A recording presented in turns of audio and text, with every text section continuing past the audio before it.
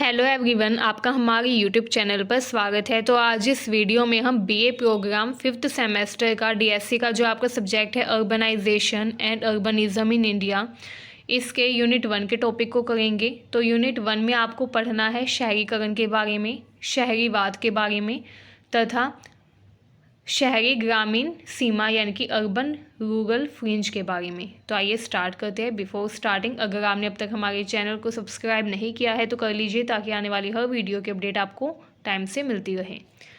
तो स्टार्ट करते हैं शहरीकरण से। शहरीकरण क्या होता है? शहरीकरण यानी कि अर्बनाइजेशन, ये एक प्रोसीजर होता है जिसमें जनसंख्या का एक बड़ा हिस्सा ग्रामीण क्षेत्रों से शहरी क्षेत्रों की ओर स्थानांतरित होता है। यानी कि अर्बनाइजेशन एक प्रोसीजर है where a large proportion of population migrate from rural areas to urban areas. अब शहरीकरण क्यों किया जाता है?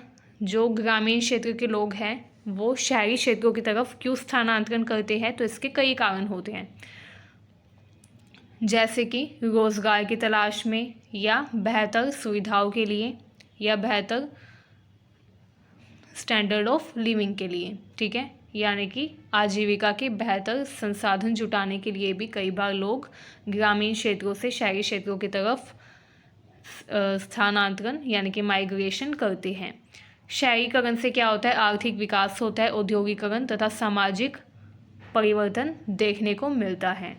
एंड शहरीकरण के मुख्य कारण जो है उसमें से एक कारण औद्योगिकरण माना जाता है, क्योंकि जब शहरों में उद्योगों की स्थापना होती है तो ग्रामीण क्षेत्र से जो लोग हैं वो उद्योगों में काम करने के लिए, रोज़गार के अवसर तलाशने के लिए शहरों में जाते हैं, क्योंकि शहरों में ज़्यादातर औद्योगिकरण देखने को मिलता है।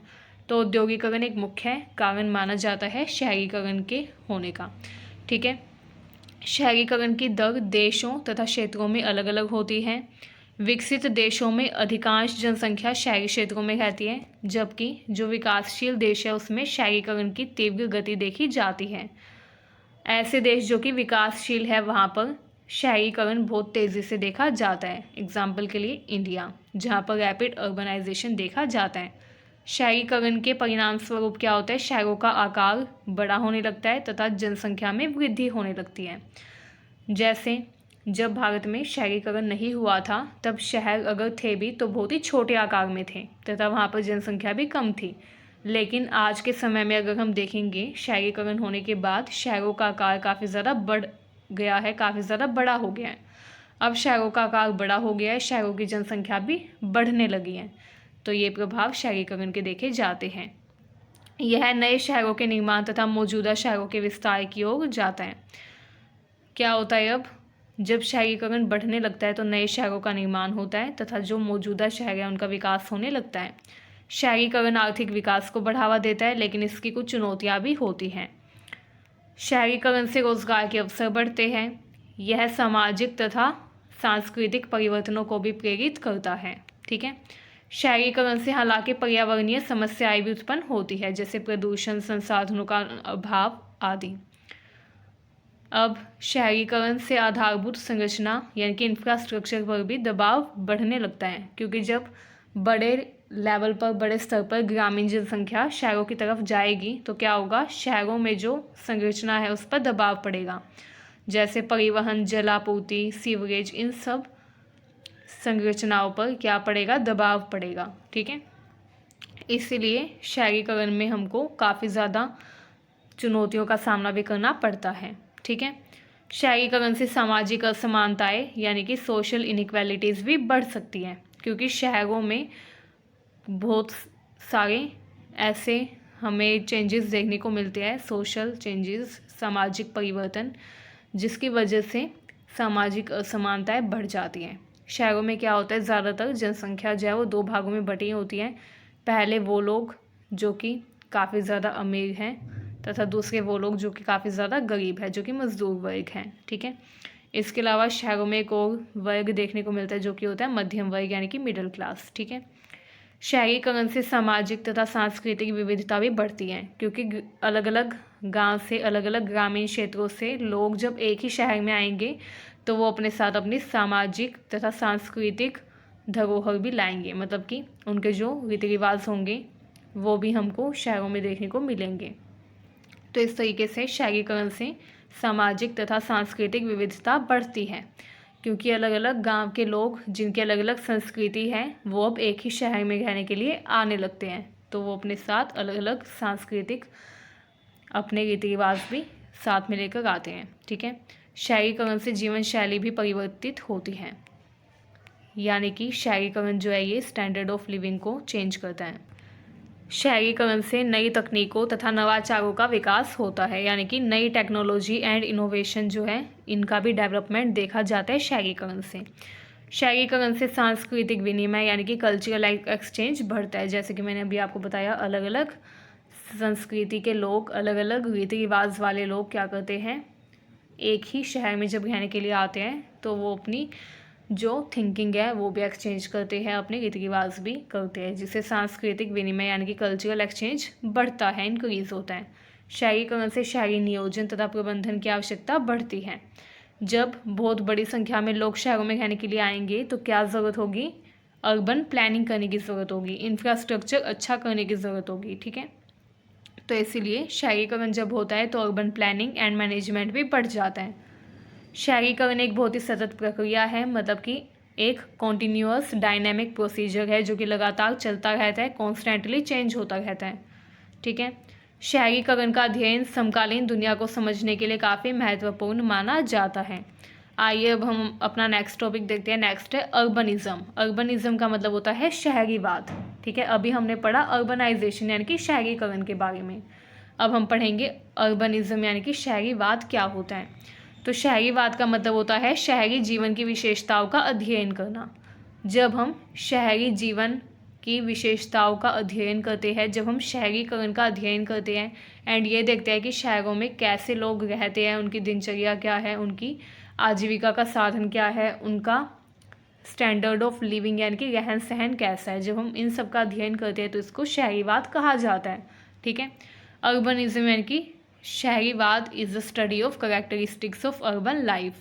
इसमें शहरी संस्कृति, शहरी समाज, शहरी नियोजन तथा शहरी पर्यावरण शामिल होता है। मतलब कि इसमें अध्ययन किया जाता है शहर की संस्कृति का, शहर के रहन सहन का, शहरी समाज, शहरी नियोजन यानी कि अर्बन प्लानिंग का, एंड शहरों में जो पर्यावरण है उन सब का अध्ययन इसमें शामिल होता है। शहरीवाद शहरीकरण की प्रक्रिया तथा परिणामों को समझने के लिए एक महत्वपूर्ण अवधारणा है जो कि हमारी मदद करती है शहरीकरण को यानी कि अर्बनाइजेशन को समझने में। ठीक है, शहरीवाद शहरी जीवन की सामाजिक, आर्थिक तथा सांस्कृतिक विशेषताओं का विश्लेषण भी करता है। यानी कि जब हम शहरीवाद यानी कि अर्बनिज्म करते हैं, जब शहरी जीवन का हम अध्ययन करते हैं तो उसमें सामाजिक, आर्थिक तथा सांस्कृतिक विशेषताओं का भी विश्लेषण किया जाता है। इसके अलावा शहरीवाद में यानी कि अर्बनिज्म में शहरीकरण के सामाजिक तथा सांस्कृतिक प्रभावों का अध्ययन भी किया जाता है कि शहरीकरण के क्या सामाजिक तथा सांस्कृतिक प्रभाव होते हैं। ठीक है, इन सब का अध्ययन भी शहरीवाद में किया जाता है। शहरीवाद शहरी जीवन की गुणवत्ता में सुधार के लिए रणनीति का विकास करने में भी मदद करता है। जब हम शहरीवाद करते हैं यानी कि जब हम अर्बनिज्म यानी कि अर्बनाइजेशन पर एक स्टडी करते हैं तो उससे हमको पता चलता है कि अगर हमको शहरी जीवन की गुणवत्ता को सुधारना है तो हमको क्या क्या स्ट्रैटेजी बनानी होगी। यानी कि शहरीवाद हमको शहरी जीवन को सुधारने में, शहरी जीवन की गुणवत्ता को सुधारने में मदद करता है। ठीक है, शहरीवाद शहरी नियोजन तथा प्रबंधन के सिद्धांतों का अध्ययन करता है। इसमें अध्ययन किया जाता है कि कैसे शहर का नियोजन किया जाए, कैसे शहर का प्रबंधन किया जाए। शहरीवाद शहरी समाज में सामाजिक असमानताओं का अध्ययन करता है कि क्या क्या असमानताएं समाज में है। ठीक है, इन सब का अध्ययन भी शहरीवाद में किया जाता है, जिससे हमको जागरूकता मिलती है, जिससे हमको ये पता चलता है कि हमको कौन कौन सी चीज़ों पर कार्य करने की ज़रूरत है, शहरों में क्या क्या असमानताएं हैं, क्या क्या शहरों में लोगों की समस्याएं हैं, ये सब भी हमको शहरीवाद के ज़रिए जानने को मिलता है। ठीक है, शहरीवाद शहरी संस्कृति के अलग अलग पहलुओं का अध्ययन करता है, जैसे कला, संगीत, साहित्य तथा व्यंजना। शहरीवाद शहरी पर्यावरण की चुनौतियों का अध्ययन करता है, जैसे शहरों में बहुत सारी चुनौतियाँ होती हैं, प्रदूषण, भीड़ भाड़, अपशिष्ट प्रबंधन, ये सब। तो इन सब का अध्ययन भी शहरीवाद में किया जाता है। ठीक है। शहरीवाद शहरी जीवन शैली का अध्ययन करता है। शहरीवाद शहरी परिवहन तथा आवागमन के मुद्दों का भी अध्ययन करता है। शहरीवाद शहरी क्षेत्रों में सामुदायिक जीवन तथा सामाजिक संबंधों का अध्ययन भी करता है। यानी कि शहरीवाद में शहरी क्षेत्रों में जो सामुदायिक जीवन है तथा जो सामाजिक संबंध है उन सब का भी अध्ययन किया जाता है कि शहरों में जो समुदाय रहते हैं उनका जीवन कैसा है, उनके सामाजिक संबंध आपस में कैसे हैं, इन सब का अध्ययन भी शहरीवाद में किया जाता है। शहरीवाद शहरीकरण के सामाजिक तथा सांस्कृतिक प्रभावों का आकलन करने में भी मदद करता है। ठीक है। इसीलिए शहरीवाद को बहुत ज़्यादा इम्पोर्टेंट माना जाता है, क्योंकि शहरीवाद शहरीकरण के सामाजिक तथा सांस्कृतिक प्रभावों का आकलन करता है। शहरीवाद शहरी क्षेत्रों में रहने की गुणवत्ता में सुधार के लिए नीतियों तथा रणनीतियों का विकास करने में भी मदद करता है। एंड शहरीवाद एक अंतः विषयक क्षेत्र है जो कि समाजशास्त्र, भूगोल, इतिहास, अर्थशास्त्र, वास्तुकला जैसे विभिन्न विषयों से ज्ञान को समाहित करता है। इसीलिए शहरीवाद जो है इसको बहुत ज़्यादा मुख्य माना जाता है, क्योंकि ये एक अंतः विषयक क्षेत्र है जिसमें अलग अलग विषयों के ज्ञान को समाहित किया जाता है। ठीक है। इसलिए शहरीवाद को एक इंटरडिसिप्लिनरी फील्ड माना जाता है। ठीक है। शहरीवाद शहरी क्षेत्रों में सामाजिक न्याय तथा समानता को बढ़ावा देने के लिए काफ़ी ज़्यादा महत्वपूर्ण है। एंड शहरीवाद शहरीकरण की चुनौतियों का सामना करने के लिए रणनीति को विकसित करने में यानी कि स्ट्रैटेजी बिल्ड करने में भी मदद करता है। ठीक है। शहरीवाद शहरी क्षेत्रों में सतत विकास को भी बढ़ावा देता है। एंड शहरीवाद शहरी क्षेत्रों में रहने वाले लोगों के जीवन को बेहतर बनाने के लिए भी काफ़ी ज़्यादा महत्वपूर्ण है। इसलिए अर्बनिज्म यानी कि शहरीवाद को काफ़ी ज़्यादा महत्वपूर्ण माना जाता है जब हम बात करते हैं शहरीकरण की तब। ठीक है। आइए अब जानते हैं ग्रामीण शहरी सीमा यानी कि अर्बन रूरल फ्रिंज के बारे में। तो ग्रामीण शहरी क्षेत्र वो क्षेत्र होते हैं जो कि गांव तथा शहर के बीच में स्थित होते हैं, जो ना तो प्रॉपर गांव हो ना प्रॉपर शहर हो, जहां पर हमको ग्रामीण तथा शहरी दोनों क्षेत्रों की विशेषता देखने को मिलती है। मतलब कि ग्रामीण शहरी क्षेत्र जो है ये कॉम्बिनेशन होता है ग्रामीण तथा शहरी क्षेत्रों की विशेषताओं का। ठीक है। इसमें कुछ विशेषताएं ग्रामीण क्षेत्रों की देखने को मिलती है, कुछ विशेषताएं शहरी क्षेत्रों की देखने को मिलती है। यहाँ पर शहरीकरण के प्रभाव भी देखने को मिलते हैं तथा ग्रामीण क्षेत्रों की विशेषताएं भी देखने को मिलती हैं। यह शहरी तथा ग्रामीण विशेषताओं का मिश्रित क्षेत्र होता है। इस क्षेत्र में कृषि भूमि, आवासीय क्षेत्र, उद्योग तथा व्यावसायिक गतिविधियां एक साथ मौजूद हो सकती हैं। मतलब कि ये जो ग्रामीण शहरी सीमा क्षेत्र होता है यहाँ पर हमको कृषि भूमि, आवासीय क्षेत्र, उद्योग ये सभी एक साथ देखने को मिलते हैं। ठीक है। क्योंकि ये कॉम्बिनेशन होता है ग्रामीण तथा शहरी क्षेत्रों की विशेषताओं का। यह शहरी विस्तार के कारण तेजी से विकसित हो रहा क्षेत्र होता है। मतलब कि ये वो क्षेत्र होता है जो कि शहरी विस्तार के कारण तेजी से विकसित होता है। ग्रामीण शहरी सीमांत में आवासीय विकास तेजी से होता है क्योंकि यहाँ पर रेजिडेंशियल प्लेसेस देखने को मिलते हैं। ग्रामीण शहरी क्षेत्र जो है, ग्रामीण शहरी सीमा क्षेत्र, यहाँ पर पॉपुलेशन भी ज़्यादा देखने को मिलती है इन कंपैरिजन टू शहर यानी कि सिटीज़। ठीक है। जो शहर है वहाँ पर ज़्यादा पॉपुलेशन इतनी नहीं होती जितनी ग्रामीण शहरी क्षेत्र में होती है, क्योंकि ग्रामीण शहरी सीमा क्षेत्र में लोग इसलिए रहना चाहते हैं क्योंकि ये वो क्षेत्र होता है जो गांव के भी पास में होता है तथा शहर के भी पास में होता है। इसलिए यहाँ पर जो लोग रहते हैं वो जब चाहे अपने गांव में भी जा सकते हैं तथा जब चाहे शहर में भी जा सकते हैं। यानी कि ये क्षेत्र गांव तथा शहरों के बीच का क्षेत्र होता है। इसलिए यहाँ पर आवासीय विकास तेज़ी से देखने को मिलता है, यानी कि रेजिडेंशियल डेवलपमेंट यहाँ पर तेज़ी से देखने को मिलता है। इस क्षेत्र में अक्सर उपनगरों का विकास होता है, यानी कि सब अर्बन एरियाज़ का यहाँ पर डेवलपमेंट होता है।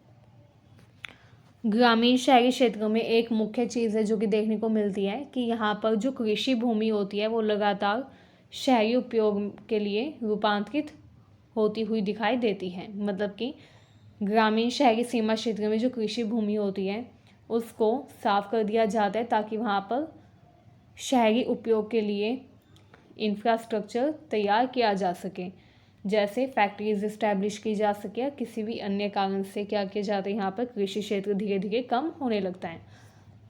इस क्षेत्र में यातायात की समस्याएं भी देखने को मिलती है, जैसे ट्रैफिक प्रॉब्लम। ठीक है, ग्रामीण शहरी सीमा क्षेत्र में पर्यावरणीय मुद्दे जैसे प्रदूषण तथा कचरा निपटान की चुनौतियां ज़्यादा देखने को मिलती हैं in comparison to urban areas. ठीक है, इस क्षेत्र में पानी की आपूर्ति, सीवरेज जैसी बुनियादी सुविधाओं का अभाव देखने को मिलता है। ग्रामीण शहरी क्षेत्रों में सामाजिक तथा सांस्कृतिक परिवर्तन ज़्यादा देखने को मिलते हैं। ठीक है, ग्रामीण जीवन शैली तथा ग्रामीण सामुदायिक संरचनाएं जो हैं इस क्षेत्र में कुछ हद तक देखने को मिलती है, क्योंकि ये क्षेत्र ग्रामीण क्षेत्रों के भी पास में होता है एंड ये क्या होता है, कॉम्बिनेशन होता है ग्रामीण तथा शहरी क्षेत्र का। इसलिए यहाँ पर कुछ विशेषताएं ग्रामीण क्षेत्र की देखने को मिलती है तथा कुछ शहरी क्षेत्र की। इस क्षेत्र में सामाजिक असमानताएं भी ज़्यादा होती हैं तथा ग्रामीण शहरी सीमा क्षेत्र में पर्यावरणीय संवेदनशीलता जो है ये एक बहुत ही बड़ा महत्वपूर्ण मुद्दा माना जाता है। इस क्षेत्र में सतत विकास की ज़रूरत होती है, क्योंकि ये क्षेत्र जो है ये वो क्षेत्र होता है जहाँ पर सबसे ज़्यादा पॉपुलेशन देखने को मिलती है। ग्रामीण शहरी सीमा क्षेत्र में योजनाबद्ध विकास की आवश्यकता होती है ताकि इसका अच्छे से डेवलपमेंट किया जा सके। इस क्षेत्र में पर्यावरण संरक्षण के उपायों को लागू करने की भी आवश्यकता मानी जाती है। ग्रामीण शहरी सीमा क्षेत्र में सामुदायिक भागीदारी को बढ़ावा देने का भी प्रयास किया जाता है ताकि कम्युनिटी में जितने भी लोग हैं वो सारे इसमें पार्टिसिपेट कर सकें। ग्रामीण शहरी सीमा क्षेत्र का अध्ययन शहरीकरण की प्रक्रिया को समझने के लिए बहुत ही ज़्यादा महत्वपूर्ण माना जाता है तथा इसके अध्ययन से हमको शहरीकरण के बारे में अच्छे से पता चल जाता है।